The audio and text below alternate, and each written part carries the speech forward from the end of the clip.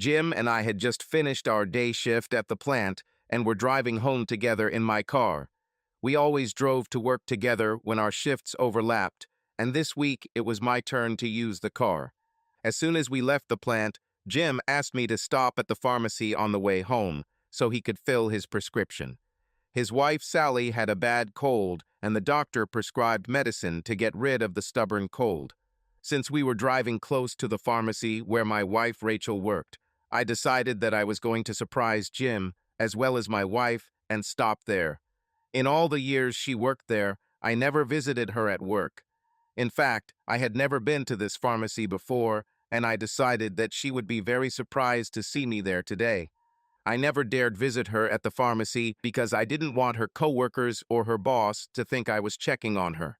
Surprisingly, she never commented on this fact to me.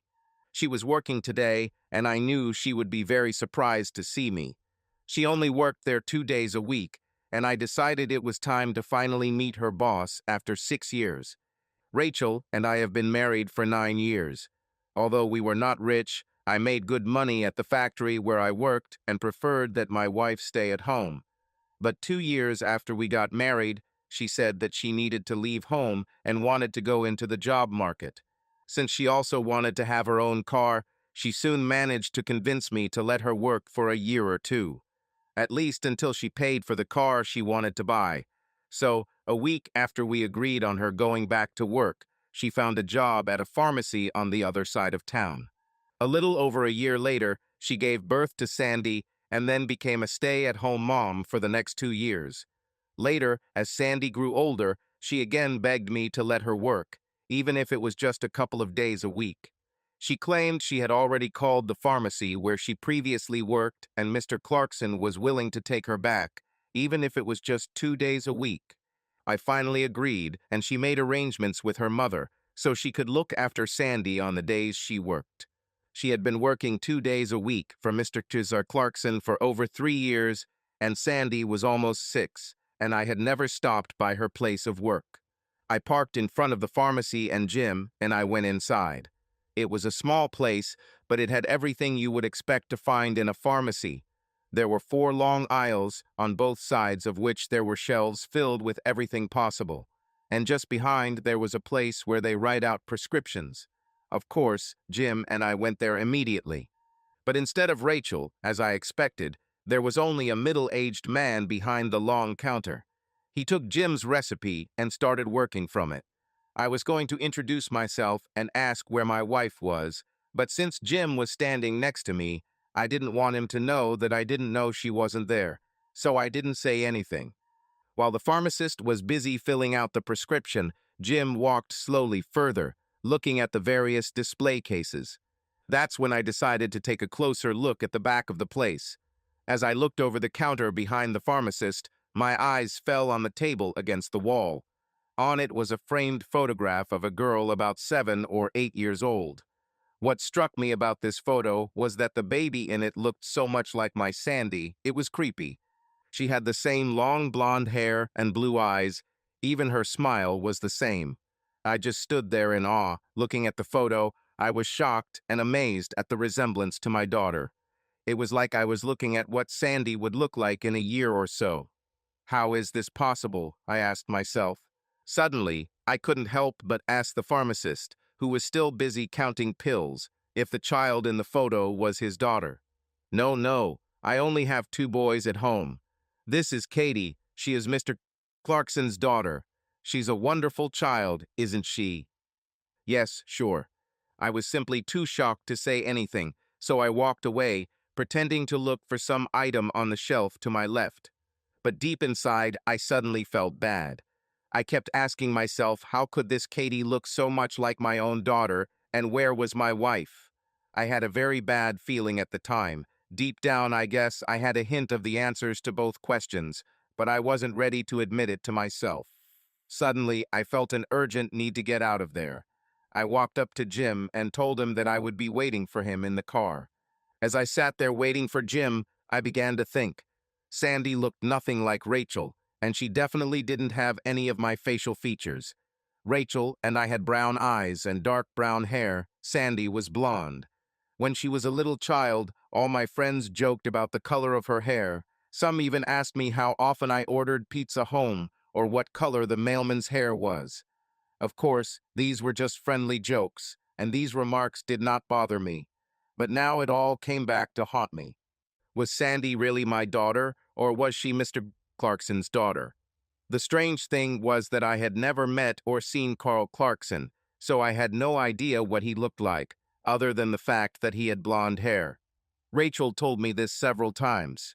When Rachel and I returned home that evening, she noticed my quiet and thoughtful mood and even asked if anything was bothering me. Of course, I didn't tell her that I stopped by her work that day and what was on my mind. But of course, I would like to know where she was when I stopped there, but I kept silent about my doubts. I knew I had to be careful not to blame her for something that could only exist in my imagination. More importantly, I knew I needed evidence to confirm or refute my doubts about my daughter's parentage. You see, it was extremely painful for me to even think that my precious angel might not be my biological daughter. I loved my daughter more than anyone else in the world, and I would walk through fire for her. I tried to convince myself that maybe it was just a coincidence that the two girls looked so much alike, but deep down I felt a growing suspicion that kept coming to the surface. Later that evening, as I lay in bed next to my wife, I finally realized the full implications of the day's events.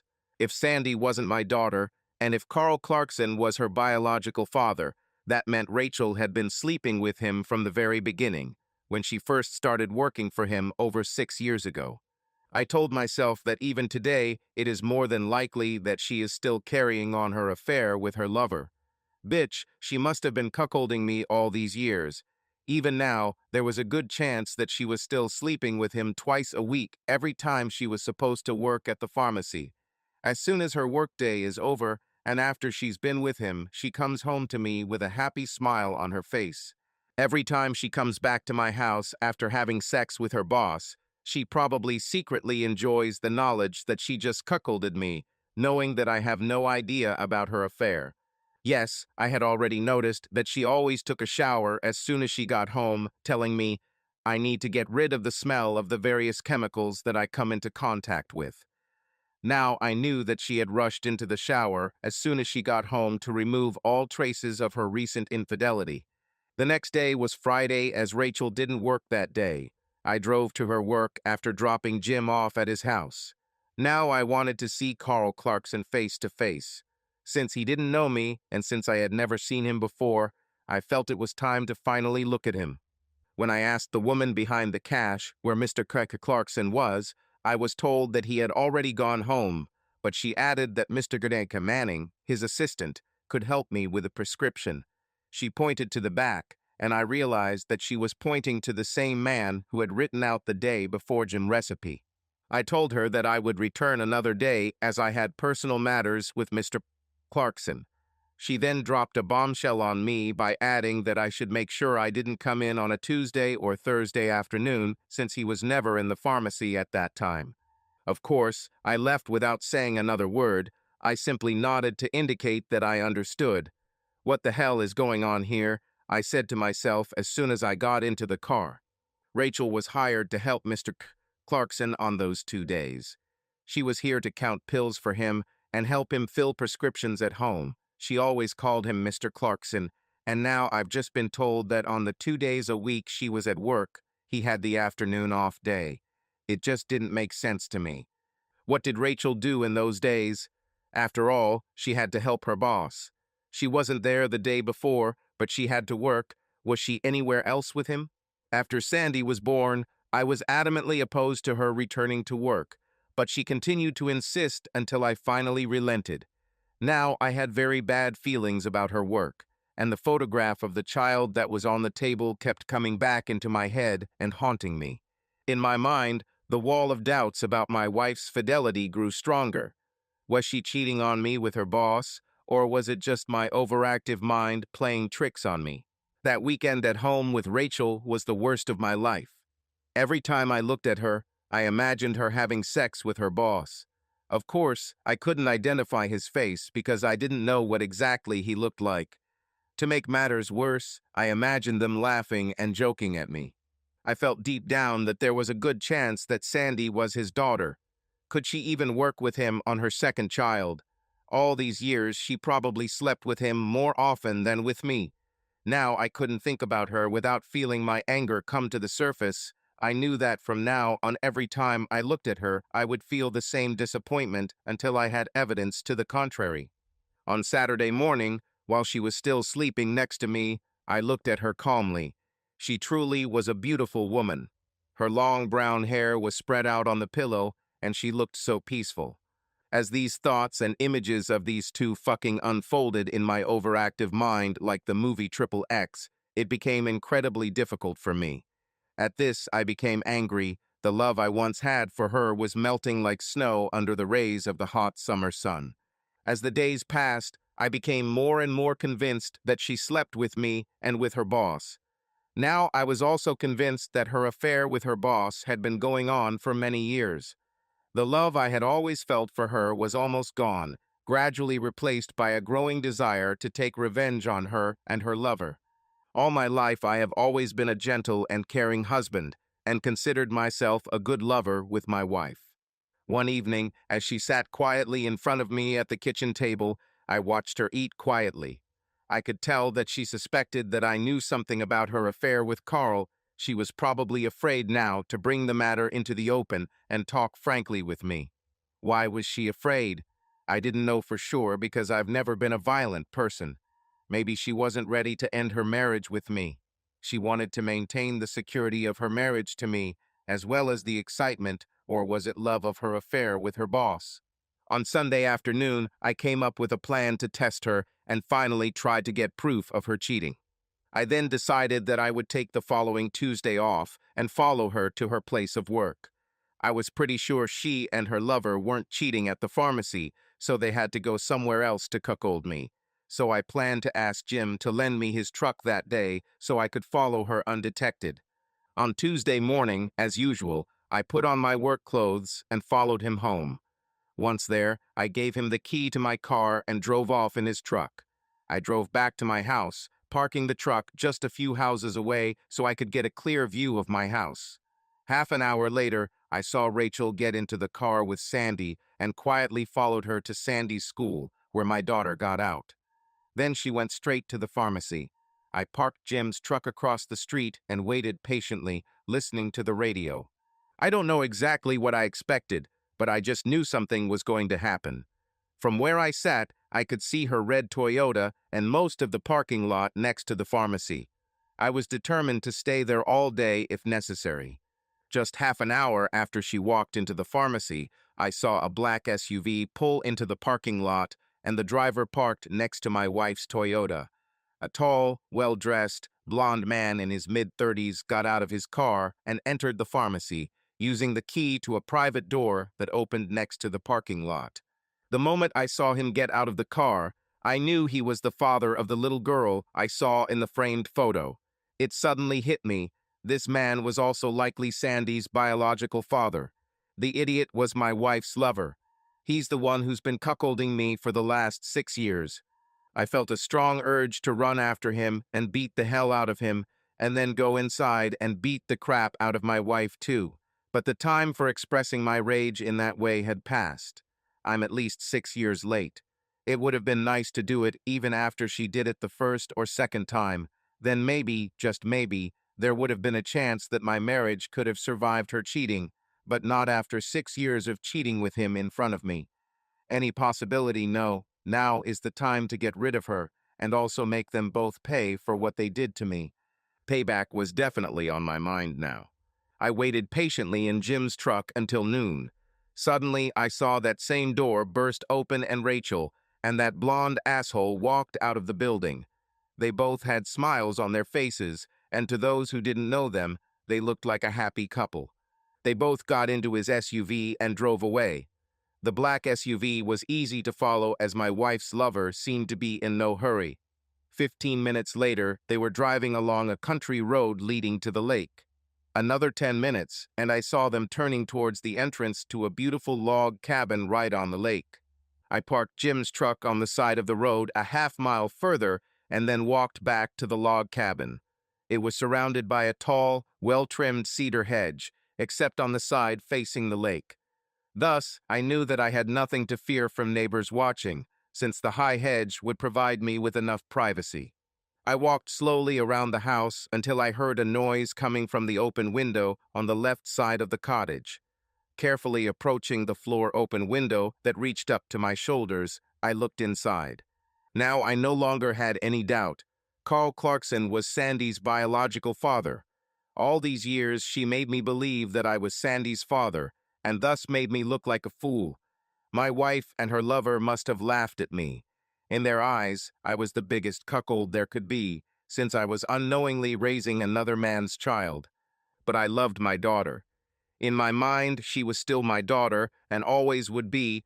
No one was going to take her away from me. I had to move a couple of yards away from the window because I was afraid that the noise I made while vomiting would give away my presence. They rested like that for a long time. Then I heard them talking. They both laughed at me. The only thing that stopped me from storming into the bedroom and hurting them both was the promises I made to myself at that moment. I had to move away from the window for a while so as not to hear what they were saying about me anymore. By this point, I was crying and feeling sorry for myself. Of course, this further increased my anger towards both of them. At that moment, I regretted that I had not brought a camera with me and thus did not have access to evidence of her infidelity. By this point, I knew I was going to file for divorce. I needed to make a convincing case for her infidelity to the judge and try to get custody of Sandy. Seeing your wife, the woman you love, secretly having sex with another man is a devastating experience. I couldn't look at them or listen to what they were saying anymore, so I walked quietly back to the truck. That day, Rachel returned home at her usual time after work. She immediately went upstairs to take a shower while I prepared dinner for the family, as I usually did on days when she worked. We didn't talk much to each other, but we both paid a lot of attention to Sandy as she told us about her day at school. The next morning was Wednesday, and Rachel didn't work that day. She was wearing a dress and sitting at the table eating breakfast with me and Sandy. From time to time, I would catch her looking at me when she thought I was busy eating. There was a strange expression on her face.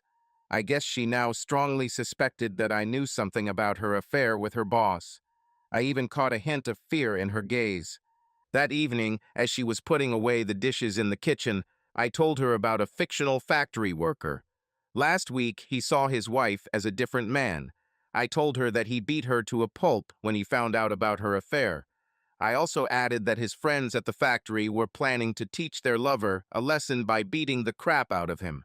After quietly listening to what I said, she looked at me with wide eyes and then asked if I thought this was the right thing to do. I explained to her that a woman has no right to cheat on her husband. It would be fair that both of them, the wife and her lover, should pay for the disrespect shown to the husband's marriage. Tuesday, I took the day off again and borrowed Jim's truck again. After eating lunch in the truck at noon, I drove to the lake cottage, and sure enough, Carl's black SUV was parked in the driveway. This time I had a video camera with me and was ready to film evidence of their fraud. I needed this evidence not only to get custody of Sandy, but also to show it to Carla's wife. Yes, I intended to hurt him as much as I could. He was going to pay for the illicit sex he got from his affair with my wife. For a while, I seriously considered giving Sandy and I a DNA test, and then using that as proof of her infidelity.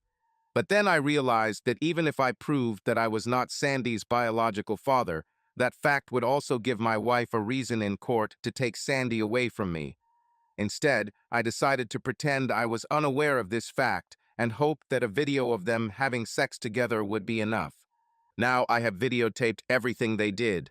As I took them off, I heard Carl tell my wife that he was making sure his wife never got a driver's license so she couldn't spy on him. Rachel later told him that I had been acting strange the last few days. She also added that she was now afraid that I might suspect the truth about their affair. I could also tell that this discovery made Carl very nervous. When I decided that I had enough footage of the cheating bitch and her lover, I went home to cook dinner, as I usually did every time she worked. She usually finishes work at 6 and comes home 15 minutes later. Now I knew that in those days she had to work. She and Carl must have met from 2:30 to 5:30 p.m. That evening, while preparing dinner for my soon-to-be disintegrating family, I decided that I was going to exploit the fear that they both seemed to have for me.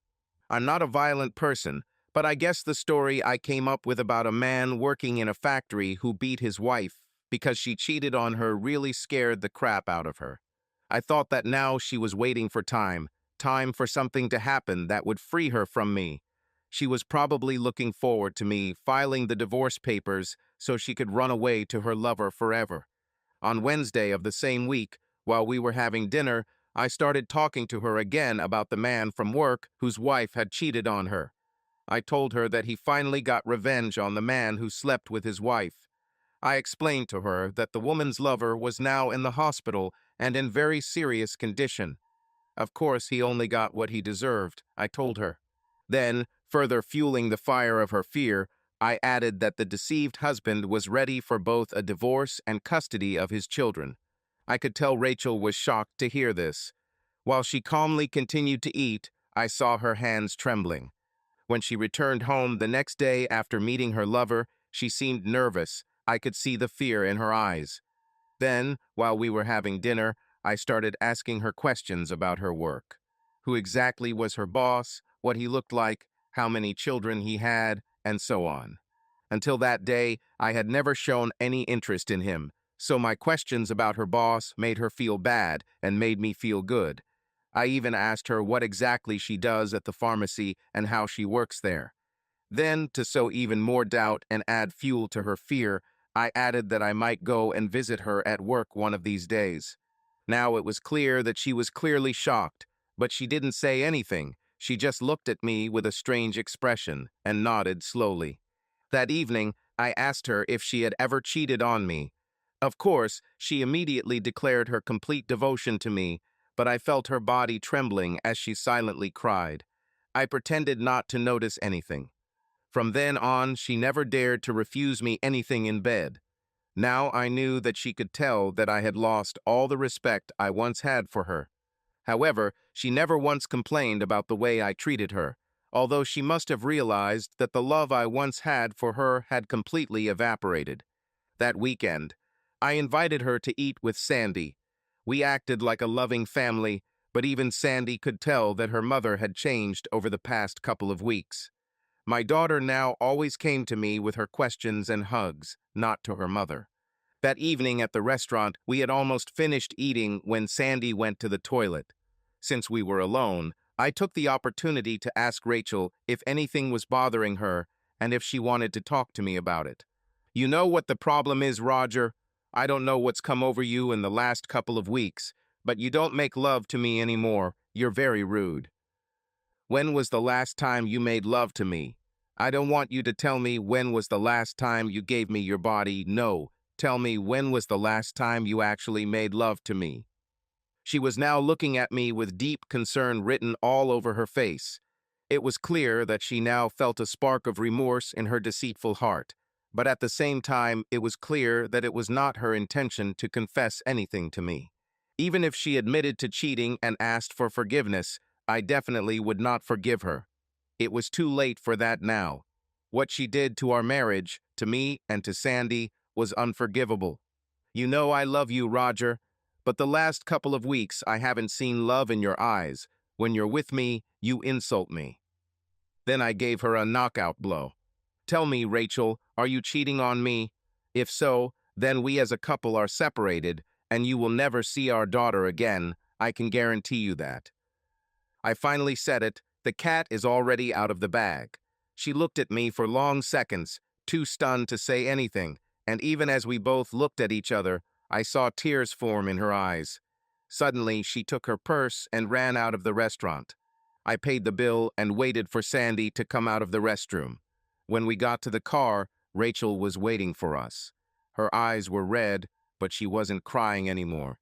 As soon as Sandy fell asleep that evening, I told my wife that if she ever cheated on me, I would get back at her and she would pay for it for the rest of her life. She cried but never answered. The following Monday, I went to my boss and asked for 2 weeks off. At first, he didn't want to give it to me, but when I explained that I was having a family crisis, he finally agreed. That same day, I went to Carl's house. I parked in front of his house and sat for long minutes, contemplating my next move. I didn't know exactly what I was going to do, but I decided it was time for me to meet his wife and tell her what the score was. I could see her in the backyard near the pool. She seemed taller than Rachel. She had light brown hair, the same as my wife.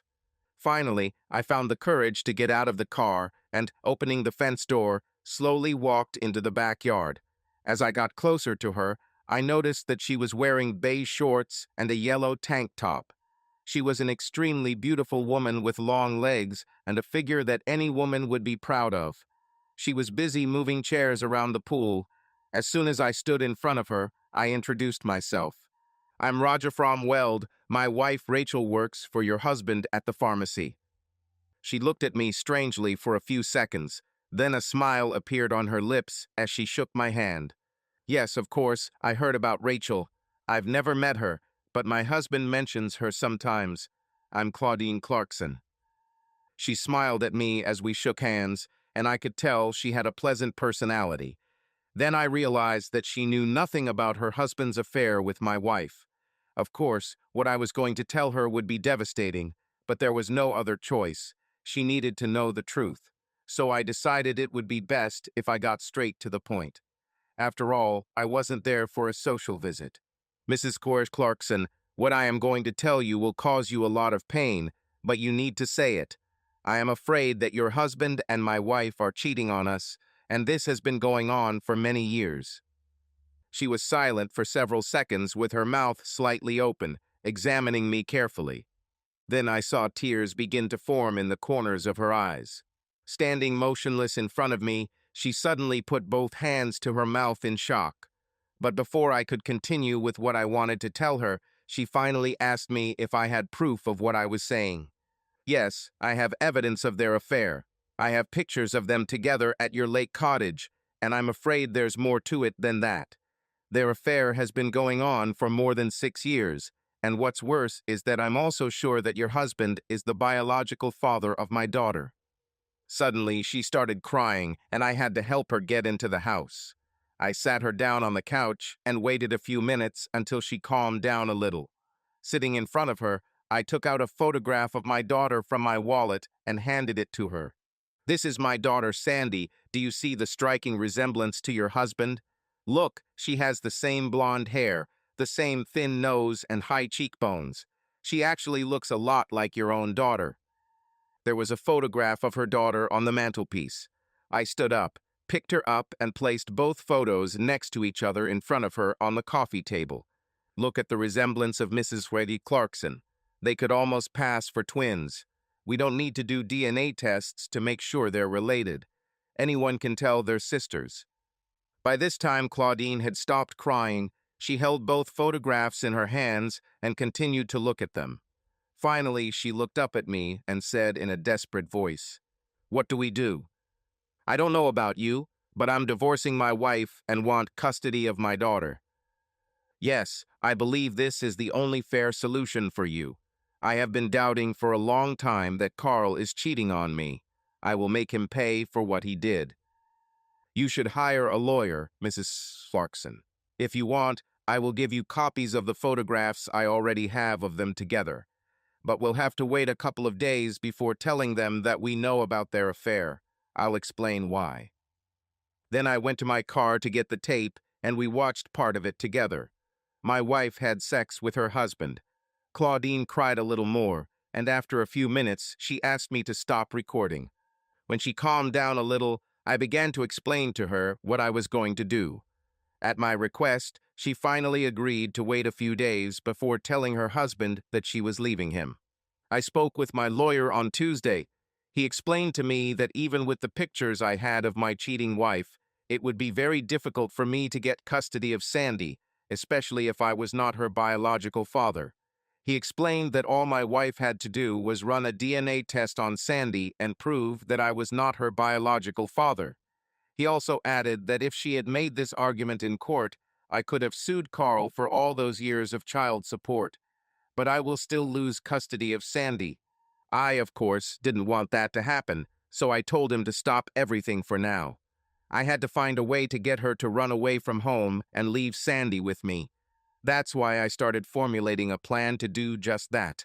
If I could force her to leave with her lover, even for a few days, she would lose custody of our daughter if we separated. After all, no DNA tests had yet been done to prove that I was not Sandy's father, and a mother who had an affair with another man would look very bad in the eyes of a judge. When Rachel came home from work, she looked like crap.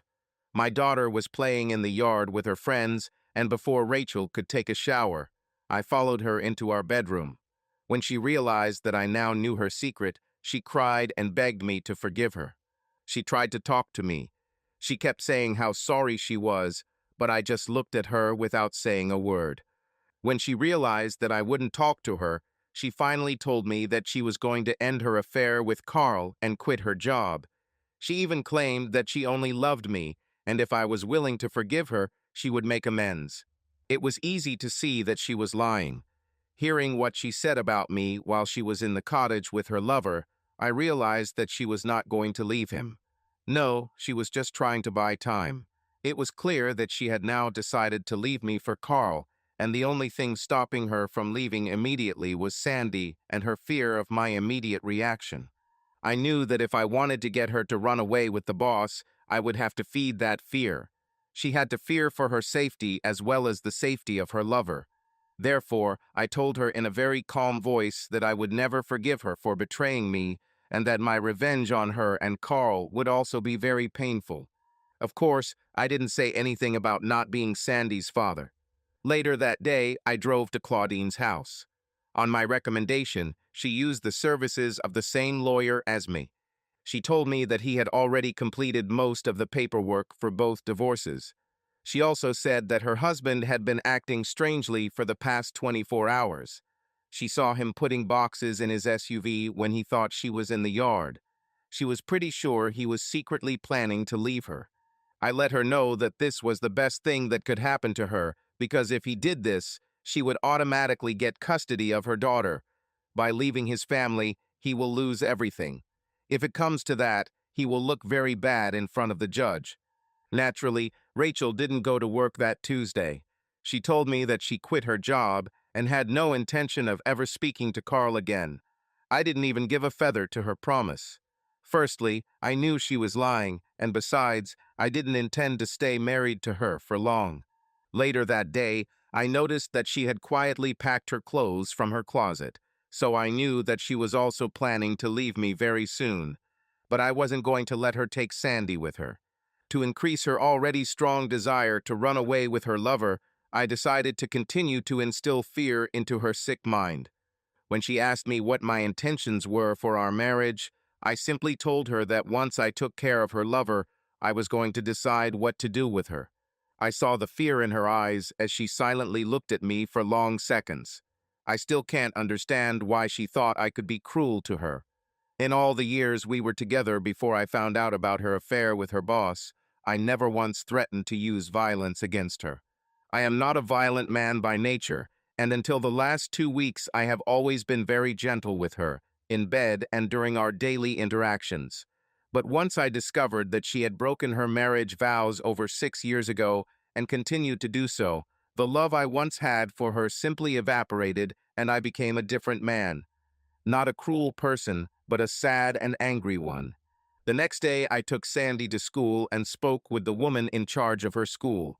I explained to her that my wife was planning to run away with another man, and there was a high chance that she would try to kidnap my daughter.